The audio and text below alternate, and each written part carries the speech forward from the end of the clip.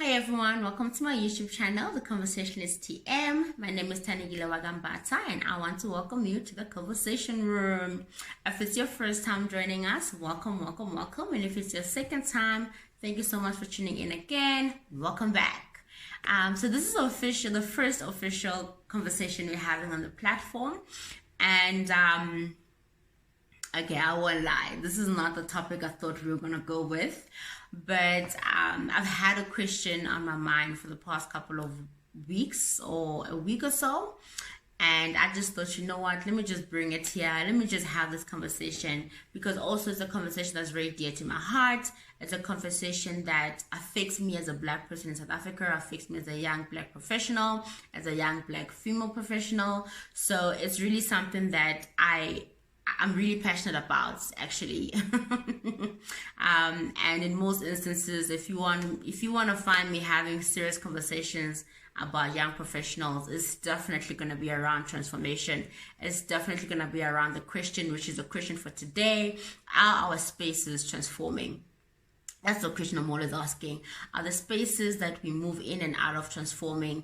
Are the spaces that we experience transforming? Are the spaces that we're exposed to transforming? And, you know, some people are like, oh, but no, you've been talking about transformation. Because we need to. We have to. Like, considering our past and considering the present picture of transformation, we need to talk about transformation. It's a must talk about conversation. It's not something that was part of the 1992, 94, 96 conversations.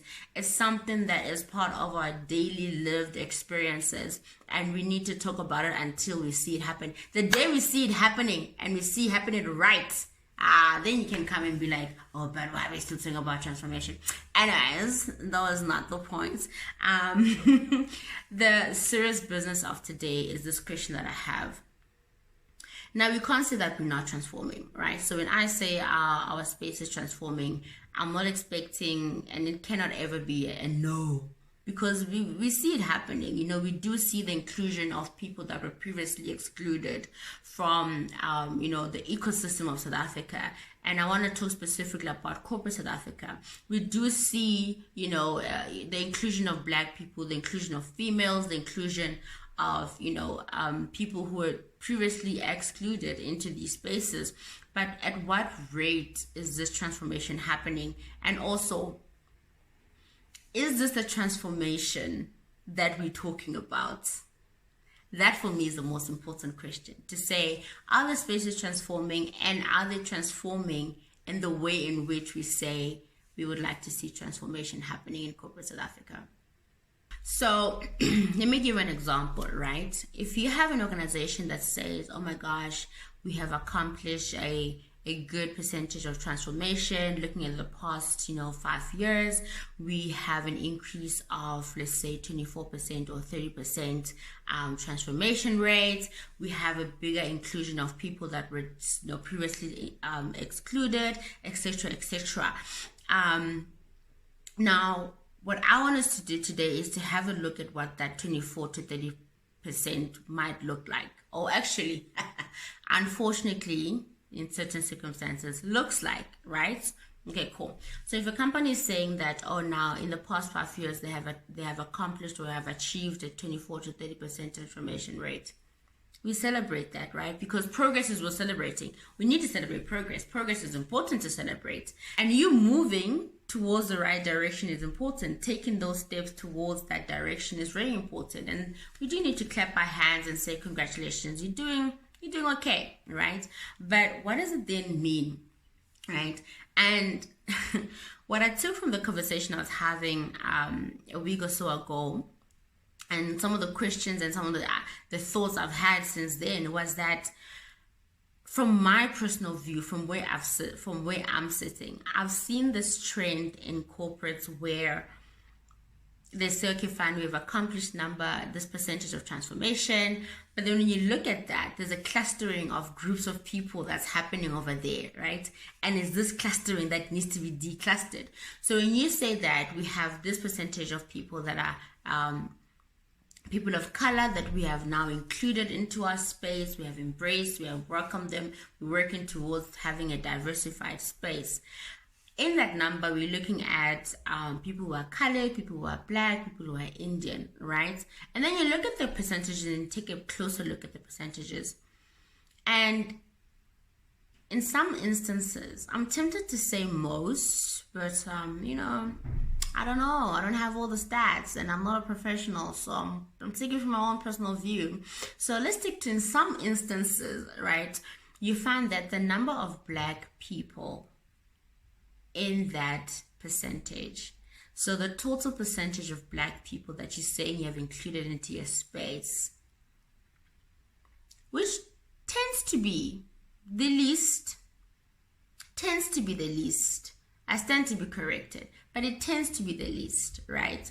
So if from that 24% or 30% of that 24 to 30%, you are now saying that, let's say 68% of those are black. Okay. One, it makes me very curious to see what the 70% of your company looks like, but that's not the conversation for today, okay? And you're saying from that, 68% of those are actually black, like black people, okay? It begs the question, how many of those then are black female? Because there is this notion that when you're talking about racial inclusion and the racial inclusion of black people, unfortunately, in most instances, it's still the racial inclusion of black male people, because they are, of course, a better option for corporates for whatever reason, because for some reason having more females in the corporate space is still, and I don't know why. As a young person, I don't understand why we still have, you know, a push and pull when it comes to including females, you know, in these spaces. But anyways, when we talk about the inclusion of black people, it's in most instances the inclusion of black male people, right? And I'm of a firm belief that when we talk racial inclusion, it is not, and we cannot separate gender inclusion. Guys, the politics of racial inclusion are not different. They are not separate from the politics of gender inclusion. So if we're saying we're including black people, it needs to be a collaborative inclusion of black female and black male people. You can't still be picking and choosing that, no, actually, we want an inclusion of black people, but we want an inclusion of black males. That's very sexist, by the way, in case you didn't know, right? So the two go hand in hand. It's hand in glove. You can't separate the two. So if you're saying you want an inclusion of black people, it needs to be, you want an inclusion of both black male and female people, right? Let me sidetrack a bit. And then there's this notion when you talk to our black brothers and you're like, okay, cool, transformation, we need to include more people, etc., etc. And they're like, yes, we need more of our people there. We need more of our people represented there. And then the moment you bring up, okay, we need more black females, that's exactly what happens. It's almost like a little mind freeze. It's like, what? What do you mean you need to include more black females? We need to include more black people, yes, but what do you mean more black females? I mean, like, they're black people. They're part of the general black people cohort. Sorry, my camera shook. But it seems like we don't have that mindset yet. Or it's our view of including black people still excludes the inclusion of black females. And that's very problematic. But anyways, back to the main issue, which is part of the main issue, right? But that was like a 1.1 issue, okay? Now, a 1.3 or 1.2 issue would be, now that we have included, you know, black people into these spaces, people of color generally into these spaces, What does then that look like when it comes to succession, when it comes to longevity, when it comes to, bringing it all the way up, baby? And what I found, and one of the things that obviously I then started thinking about while thinking about this whole thing, was if we remove the real from the numbers and we look at the real picture of what these corporates and these companies look like. One, like I said, we see that, okay, there's a clustering of people of color, then there's a low percentage of black people and a low percentage of black females. Now, when you look at where are those numbers saturated within the organization, and you see, okay, fine, we do have corporates. They are, in terms of bringing in people at junior level, we do have young professionals coming in, and it's a good looking number of black people. In terms of, in context, we could do better, but in context, it's a good looking number of black people. We still have, your black males dominating. You still have, your black, male people of color dominating. Then we have your females coming in, and the number of females, we could do better, but it's coming in, it's coming through. And then you look at, okay, cool, at a junior level, we see that this transformation is happening. And I personally believe that, I think those are the numbers that are being used, to be honest. But anyway, I stand to be corrected. But at a junior level, we see the numbers coming through. We see that, diversifying, color is there. We're looking quite colorful as an organization. But it gets to a certain level where you stop seeing that color. Or the filtering in of that color, it becomes, smaller and smaller numbers. And you're like, but what is going on? What is happening? You bring in this talent, you recognize the talent, but what happens when it gets to managerial level? Where is this talent going? Why is this talent not filtering through? And it's almost like there's a glass ceiling for people of color, specifically black people, when it comes to penetrating through certain levels in organizations. And we see this incoming, outgoing flow that starts to happen, where you have black people leaving organizations at a certain level and entering organizations at a certain level, but then we don't see them filtering up into the higher levels of these organizations. And for me, then it begs the question, is the transformation that we're talking about the transformation that we're seeing happening? Because if you're going to bring in these good numbers of black people or people of color, why are these numbers not staying? Why are these numbers not making it through up the ranks? Because if we look, guys, personally, sometimes I want to cry. You go on a company's website and you're there and you click there by About Us, and then you're like, okay, and you click there by Our People. And the first picture that they'll give you is usually the executive or the managerial team, right? And you look at some of these big corporates and, these medium-sized, very impactful, important corporates that dominate, the ecosystem when it comes to corporate South Africa. And you look at how the executive team looks like. And then you go back to their transformation chart and you look at the numbers. And you're like, there's a mismatch here. I don't quite understand what's going on, but the percentage that you spoke about is not reflected at a leadership level. But okay, cool. Okay, let's take a closer look at this About Us, right? And then you look and you say, okay, fine, next level, which is like, I don't know, mid-directorship, mid-executive, mid-managerial level, if there's such a thing. And then you look at that and then you're like, okay, I see the spots of color here. I see the spots of gender here. Okay, cool. And then you go levels lower and you're like, oh, so this is where all these numbers are. Okay, I see. Why are they stuck there, And the sad reality is that it's not because they're not stuck there because they don't have the ability, or they lack the skills, or there's just no talent for them to penetrate through. But unfortunately, we still have a mindset or a culture of we want Black people, we want people of color, but we want them only to a certain extent. And it's puzzling, because then what do you then have? What is transformation then to you as an organization? If you are going to say, we're taking in Black people, we're taking in people of color, we're taking in males, we're taking in females, reasonably good rate, in context. But then we can only take them up until a certain level. As soon as it's time for them to penetrate through right to the top, it becomes a problem.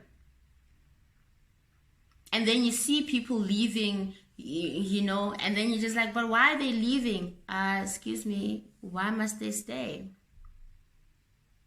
And sometimes I feel like corporates need to ask themselves the question, why is it that at a certain level, there's this moving and shifting of specifically Black talent?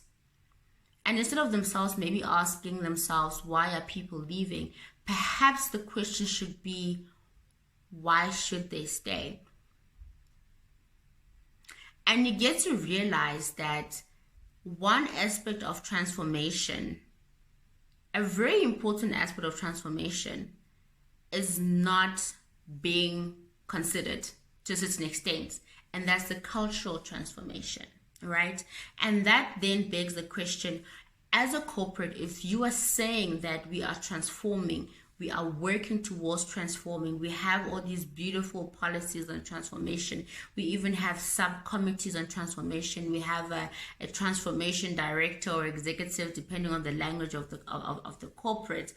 But then those transformation policies and mechanisms are not helping the organization to move towards the transformation that we want or we want to see. Then how then do you expect to create a space where you are transforming and you're doing so relatively well? Because then, are you transforming because you have to? We do know that some corporates are doing it to chase the numbers, the BE scores, because it's important, or to reach just the bare minimum, okay, just to do the bare minimum that they have to do to continue. But are you transforming because you also want to? Because you also want to bring in, a diversified group of people. You want to include those that were previously excluded, because you acknowledge and you realize that the system was messed up. The system is messed up, but we need to do something to change that. And therefore, the transformation agenda is a tool, is a vehicle that we are using to do that, to bring about the balance where there's an imbalance, right? And when it comes to cultural transformation, it means that you're creating a space that accommodates, that embraces those that you're trying to bring into the space. Okay, and I generally don't like to use the word accommodate, because that's a topic for another day. But basically, when it comes to cultural transformation, you're saying we recognize that the space as it is currently is not inclusive of the diverse group of people that we want to bring in. And therefore, in order for us to say that we are fully transforming, we need to take into cognizance the fact that we as an organization have to create a space where culturally there's a place for the people that we're bringing on board. This then means that if you have a westernized corporate culture, how then do you as a corporate change that to ensure that it accommodates the diverse African culture of people that you're bringing into the space? Because to be quite honest, the corporate culture as it stands does not necessarily allow for the diversity that we have as a country. For instance, there are a lot of examples that I have experienced personally, but let's talk about the hair, right? Where in 2022, we still have people, black people, people of color, who cannot come as their authentic self in terms of how they look, because that is deemed as unprofessional. For example, there's a lady who recently shared her story about how she had an experience where she was deemed unprofessional, like her outlook, her appearance was deemed unprofessional because she would wear her natural hair to work. And therefore, to avoid those conversations, one is then led to have to either braid their hair or put on wigs and stuff like that. But then you can't just wake up and be like, I'm gonna wear my natural hair to work. But Sarah comes in her natural self, doesn't need to change anything about how she looks, and she's accepted and embraced. Therefore, as a black person, you need to live up to a Western standard of what looks professional. But we're in South Africa. Okay, we look different because we're different beings. Okay, African hair is of course different from black African hair is of course different from white African hair, because we're just totally different people. And therefore, you cannot then say I'm unprofessional because my hair is coarse or I have a 4C type curly hair. It's not straight, it's curly, and it's just how it is. You know, I've had personal experiences myself where I generally don't engage in hair conversations because I feel like it's an unnecessary waste of time. We shouldn't be having that conversation. Your views on my hair don't matter because I don't have any views on your hair, right?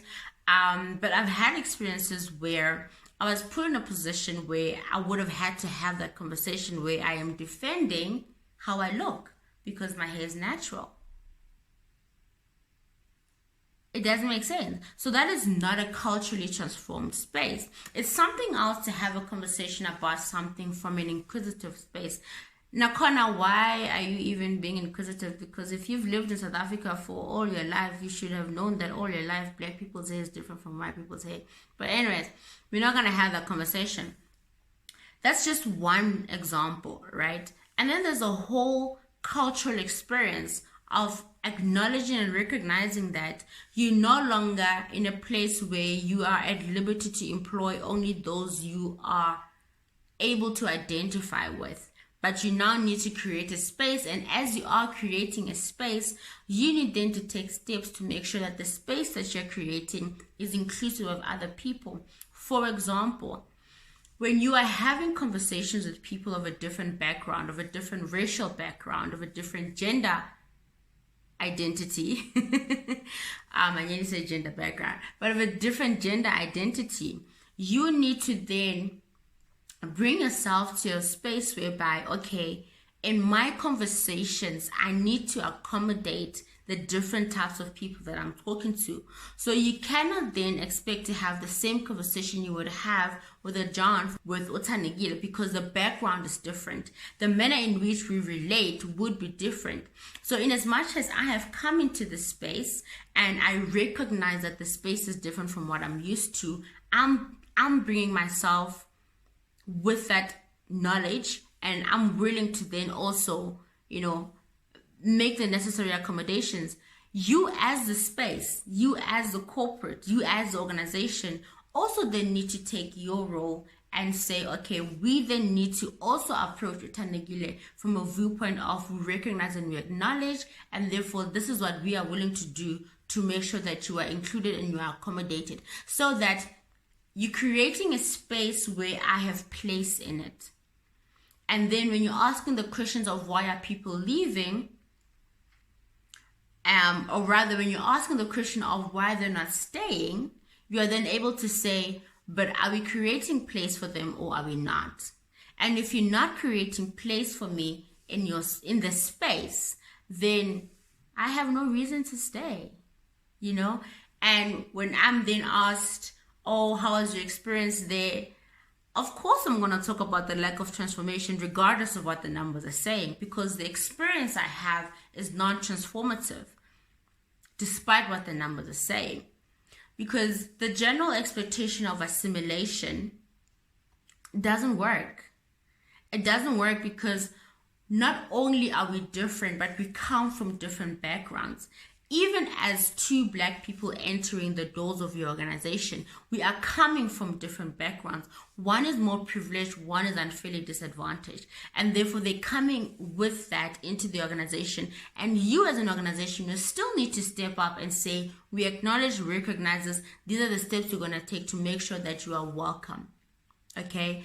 Because just a young side, just sidetracking a little bit, not really even sidetracking, but a young, auxiliary point to what we're talking about is the whole concept of better Blacks, where we have corporates who, after now, they have a pool of Black talent that they've allowed into their space. It's been years now. This group of people have, come through up the ranks to a certain extent because there's a limit. Now when there's a choice to say, okay, we do need to bring in more people into, the upper ranks, there's now this preference of better Blacks. I don't understand the concept. Hey, if somebody understands the concept better than me, please do enlighten me, because I am failing to comprehend. But from what I've seen, it's a matter of saying we are willing to take in Black people who are closer to whiteness than the rest. And therefore, you have this acceptance of a Black person who is more closer to whiteness culturally, in terms of perhaps they also come from a privileged background. They come from a background where they are familiar with corporate, they're familiar with the corporate language, they're familiar with corporate culture because they've seen it with their parents, they've seen it with their aunts and uncles perhaps. They live in neighborhoods where that's just how it is, right? Everybody is a professional. That's just how people conduct themselves. That's how people carry themselves. However, you then have another Black person who doesn't come from that background. They're probably the first generation to experience corporate South Africa. They're probably, one of the few people in that family who have managed to come through these kind of environments, and therefore the exposure to the conversation, the exposure to the language is not as much, if it exists, than the other one. And now you are unfairly discriminating against them because they are, I want to say, they are more challenging to accept than the one who is closer to the kind of culture that you carry in your organization. And now, despite who and what they can and can be, they are discriminated against merely because they come from a unfairly disadvantaged background. So on top of all the other, things that they had to fight to get to where they are now discriminated at the end of the day because culturally they don't assimilate. One, culturally they're unable to assimilate because it's just a different culture. And most importantly, you have not created a space for them where they can come as their authentic self. Because what that person would usually do is that we would come to the door, and then we get to the door, we're like, okay, fine, a portion of me needs to stay behind, and only this part of me can go so that I have room to learn certain things that I need to learn to survive in a culture. And it's not even in a good way, actually. It's in a way of, I'm just not allowed to bring my authentic self into this space. Therefore, I am forced to leave a part of me at the door so that I can somehow be accepted or seem to belong, because the space is not transforming in a manner that I can belong even in my authentic self. So that's the cultural side of transformation. So when we're saying that, when I ask rather, are the spaces we in, or are our spaces transforming, are you taking into consideration that racial inclusion is not separate from gender inclusion, is not separate from cultural inclusion, and that the spaces we are in also need to play their role in making sure that they create a place that allows for us to belong. They create a space where I can say, I have a place here. I have a very important thought that just came to mind. And yeah, but we're not gonna go there. But I have a thought that just came to mind as I was saying that, and my view of transformation is this, right? For many years, I have not had when I say I'm talking about as a black woman, as a black person, I have not had a seat at this table. And it's not because I didn't qualify, it's not because I was unable to get it, it's not because I didn't have all the necessary abilities to have a seat at this table. But I didn't have a seat at this table merely because I was denied a place, unfairly so. And that's what happened to our parents and our grandparents and our generations before that. They were denied a seat at the table because the table was then built and designed and placed to their exclusion. Therefore, when I say corporate South Africa needs to transform, it merely says I deserve a seat at the table, and not in an arrogant way, but as a young professional, fully able, 100% capable, with the skill set and the ability to learn the further skills that I need, I deserve a place at the table because I am a South African who is well and able and should be partaking in the ecosystem and should be partaking in the system of corporate South Africa, right?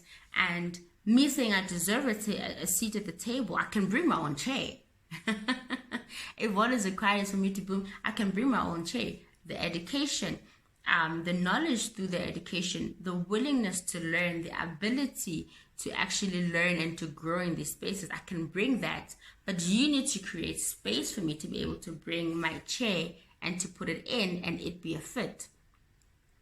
Because in as much as my non-black counterparts can just drag their chair and they have a seat or they have space, I should be allowed the same opportunity to just drag my chair and have a place, because you have, one, invited me to the table by saying we want to include black people in the organization. Therefore, by you inviting me to the table, it will be very unfair for you to invite me into a boardroom. There's a table, there are spaces, but you want me to stand. So you've invited me in, but you're still excluding me because you're only willing to include me to a certain level.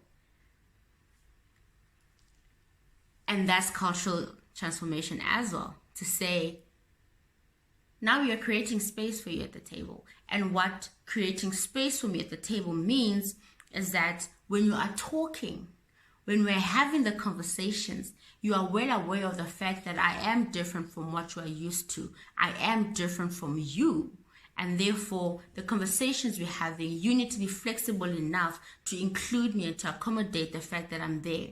And therefore, my presence is no longer seen as something different, but I am now part of, not just, the people sitting at the table, but I'm part of the conversations. I'm part of the discussions that are happening. I'm part of the new culture that we're building in this, boardroom, that we're building on this table, so that when we all walk out, it's not back to factory settings. It's not back to resets, where I'm now black and I'm female and I'm all these things, but I'm actually part of the organization. And even me, I can say I have a place here.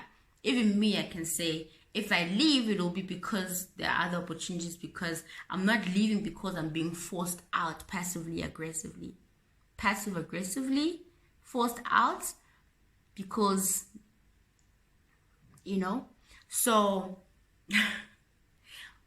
all the spaces we're in transforming, all the spaces we're in creating a place for us as people of color, place for us as black people, place for us as black women, that will allow us to coexist and to exist as our full authentic selves in those spaces. Or are the spaces we find ourselves in, or the spaces that we experience, or the spaces that we interact with transform merely because they have to, and therefore it is still to the exclusion of Black people, because they only are allowing themselves to include Black people to a certain extent. Anyways, those are the questions that I have in my mind. That's the conversation I'm currently having when it comes to transformation in South Africa. It is good to celebrate the progress that we've made. It is good to celebrate when the numbers are looking, reasonably okay. But when you remove the veil, when we look beyond the numbers, are we seeing the kind of transformation that we need to be having in South Africa? And also, we need to do better. The rate at which we're transforming as corporate South Africa, my goodness, no, guys, we can do better. We can do so much better.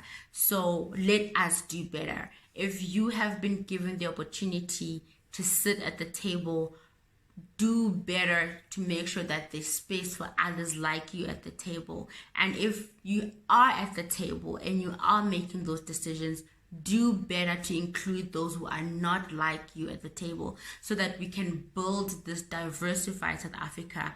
And it's not just about the color. It's really not just about having a colorful picture, but it's about being able to serve the rest of the clientele, the base, the customer base that you have, because you're drawing from different skills, you're drawing from different talents, and we are able to build the economy of South Africa from a better place of diversity and inclusion, because you can't use the same system in a different and changing world and expect better results. It doesn't work like that. The world is changing. The world is evolving. You need to include people at the table. And I must say this. And it's not in a bad way. It's not in an arrogant way, but including and accommodating people of color or Black people at the table, you're not doing them a favor. It is not corporate South Africa doing Black people or people of color a favor. It's actually acknowledging that, you know what, you have been unfairly excluded. This place was built to your exclusion, but to do the right thing, to bring the balance that needs to be there, we are actually saying, you know what, the place that you deserve, that is rightfully yours, here it is open for you for the taking. It is simply that. That is my simple interpretation of transformation, to say what has been rightfully yours as a citizen of this nation who is willing and deserving of partaking in this particular sector of the economy. Your space at the table is freely open for you to take and to occupy. Because the opposite of that means that you are actually saying there is space for you at the table, but based on who you are, based on how you look, I don't want you at the table. And 20-something years into democracy, that is not the kind of mindset we need to be having. That is not how we're going to build the economy of the country. That is not how we are going to cater for the needs of the nation that we have.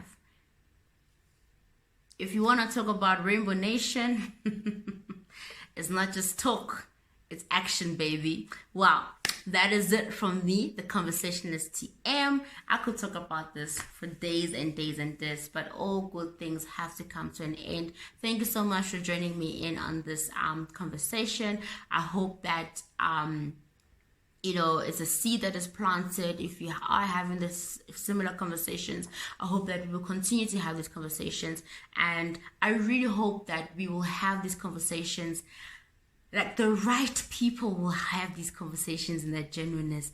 It's something so annoying when you're singing to a converted group of people.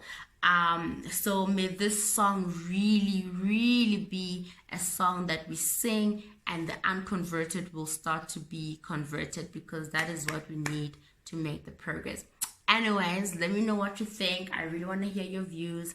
I want to know what you guys are thinking. If it's anything similar, if you have a different view, comment down in the sections below. Let me know what you're thinking. Let's have this conversation. Have this conversation in the spaces that you find yourself in. I know it can be challenging, but I hope that you get the bravery to ask the difficult questions, to analyze the different situations that we find ourselves in.